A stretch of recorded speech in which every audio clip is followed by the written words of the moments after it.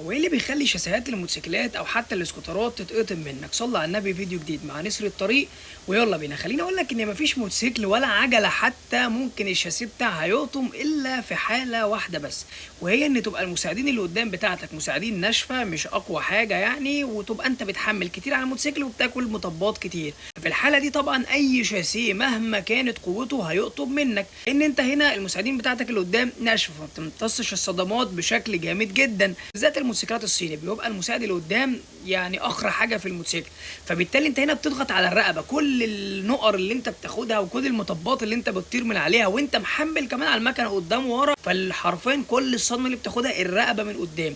فاسهل حاجه تتقطم هي الرقبه، كل المطبات بتاخدها بتضغط في الرقبه، فمع الوقت بتشرخ وتقطم منك. تم جدا انك ما تاكلش مطبات كتير خصوصا وانت محمل على المكنه. النقر الكتير مع الوقت مش شرط من اول نقره مثلا او بلاعه اكلتها تقول يا عم ده انا باكل بلاعات قد كده وربنا ما ربنا ساترها معاك، ولكن مع الوقت انت خلي بالك الشاسيه بيضعف وبيشرخ من قدام وبيقطم.